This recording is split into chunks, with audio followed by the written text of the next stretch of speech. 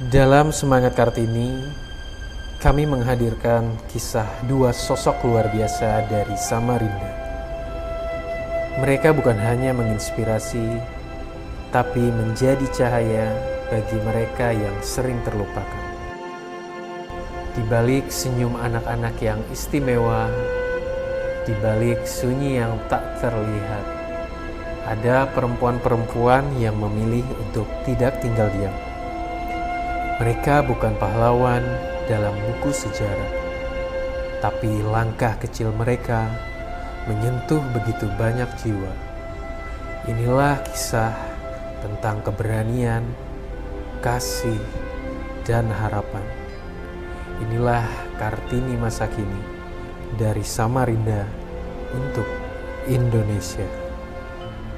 Dulunya ya biasa-biasa saja, ibu rumah tangga biasa, tapi ya karena Tuhan memanggil ya, banyak yang dipanggil, mungkin salah satunya ya Bunda Utari yang Tuhan mau pakai ya.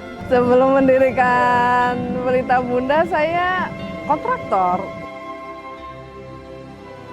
Nah jadi dunia pekerjaan dunia. Tapi ketika Allah berkehendak dihabiskan semua di titik nol. Nah di titik nol itulah terjadi yang dia, ini loh pekerjaan yang kukasih untuk kamu kerja ini aja, nggak usah kerja yang lain. Mengawali Pelita Bunda ini sebenarnya awalnya ingin membantu teman, karena ada seorang teman yang datang ke rumah punya anak autis, terus selalu mainnya lari ke rumah, nanti dia yang nggak nyaman, ngobrol sama saya ini nggak nyaman. Trauma itu sampai tua dia terbawa. Cara kita adalah ya pelan-pelan sambil memberikan dia kekuatan. Selain kekuatan itu juga mereka juga kita sadarkan, kita bukakan hatinya ya, bahwa hidup ini ya bahkan nanti di luar lebih keras lagi. Kalau sekarang sudah dinormalisasi ya, karena saya sudah 17 tahun, akhirnya tahun ini 17 tahun. Jadi waktu dulu yang paling berkesan mungkin ya karena mencoba menenangkan anak. Karena kadang-kadang anak-anak itu istilah yang sekarang tantrum gitu. Nah itu pernah saya tolong, terus habis itu saya peluk. Nah dianya meronta kan, tetap ingin melakukan itu lagi gitu, membenturkan kepala ke lantai pada saat itu. Saya bilang gitu, udah selesai, udah senang, habis itu ini darah netes ini nih. Iya, sampai berdarah. Karena saya tahu kalau saya digigit, tapi saya nggak ngira kalau separah itu. Setiap anak ini jalan ceritanya macam-macam, sendiri-sendiri. Sudah air mata tuh mungkin nggak bisa terbendung kalau dengar riwayat mereka ini. Banyak sih Mas, kalau saya membawa ini sebagai sesuatu yang happy aja ya, cuman hal yang menyenangkan tuh ketika anak-anak itu sudah bisa diterima di masyarakat. Jadi ada satu anak alumni kita yang sekarang juga sudah bekerja, jadi itu yang kemudian sebuah hasil pencapaian ya, hasil pencapaian tertinggi dari sebuah keterapian, dari sebuah perjuangan untuk menormalisasi anak-anak ini ya, ibaratnya katanya yang autis yang katanya tidak normal dan lain sebagainya. Kalau dibilang Bunda ini Kartini hebat di masa kini, yang hebat tuh Allah. Kalau Bunda itu enggak ada daya upaya, enggak ada kekuatan.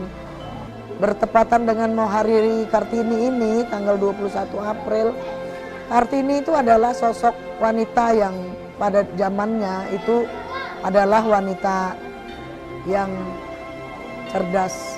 Karena wanita dulu tuh kan enggak boleh lebih tinggi dari laki-laki derajatnya. Nggak boleh sekolah, bodoh aja di rumah, masak dan lain sebagainya.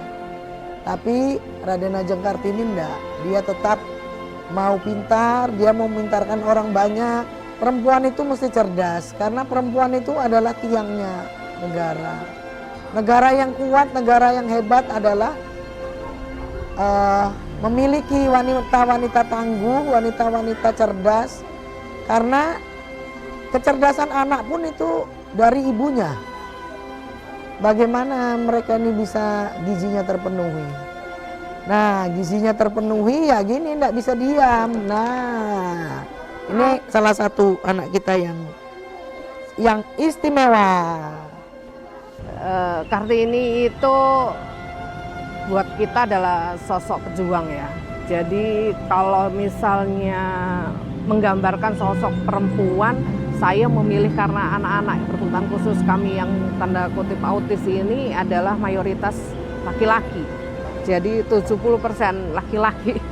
Jadi peran itu kalau misalnya bentuk penghargaan ke ibu pasti sangat penting untuk kita ajarkan ke anak-anak bahwa bagaimana mereka menghargai ibu, bagaimana mereka menghargai perempuan, bagaimana mereka respect terhadap teman yang berbeda gender gitu ya. Jadi itu yang perlu dipahamkan, kasih paham.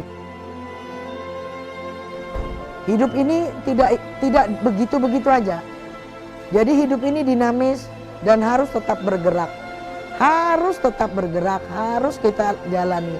Karena hari demi hari itu tidak mesti begitu terus. Jadi kita mesti mempersiapkan diri kita, mental kita untuk bagaimana kita bisa ikut juga mengisi pembangunan ini dan kita juga bisa seperti orang lain, layak bisa kok orang lain bisa, kenapa kita enggak? Mandiri itu tidak hanya bekerja sebagai berpikir bahwa kemudian mereka bisa melakukannya secara mandiri apapun, tetapi mandiri itu juga sebagai, siapa tahu hal yang paling tinggi adalah mandiri secara finansial ya. Karena kekerasan itu terhadap perempuan dan anak itu dampaknya itu sangat besar dalam kehidupan mereka. Kayak anak-anak yang sudah biasa dikerasi, kita didiknya setengah mati. Sesekali dia mesti minta dikeras. Oma saya ini rindu betul dipukul bapak dulu, nah kayak apa dipukul mama. Loh, kamu udah kasihan lihat oma ini sudah tua, masa oma suruh mukul kamu juga? Ayo. Memberikan manfaat kepada banyak orang. Kalau punya dua tangan ini dipakai untuk apa? Kalau kau punya kecerdasan atau kemampuan berbicara ini untuk apa? Kalau kau punya mata yang indah, mata ini akan dipakai buat apa? Sekarang banyak lagi saluran dan sarananya. Tetapi yang lebih penting lagi adalah menjaga kesehatan. Karena seorang perempuan adalah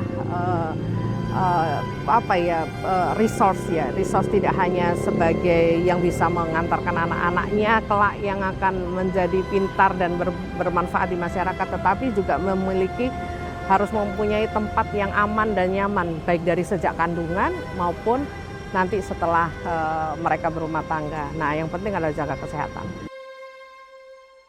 Jadi kalau bisa ya, hiduplah secara normatif, sambil bersyukur dengan apa yang Tuhan beri. Nggak usah yang neko-neko hidup, supaya nggak macam-macam akhirnya terjadi tindak kekerasan. Karena dari situlah sejak janin, sejak rumahnya di mana dia punya, itu rumah terindah itu jangan diabaikan, karena bagaimanapun anak-anak nggak boleh kekurangan darah. Jadi nggak boleh defisit itu. Jangan defisit gizi juga dari masa remaja, karena itu dia akan memberikan asupan buat generasi.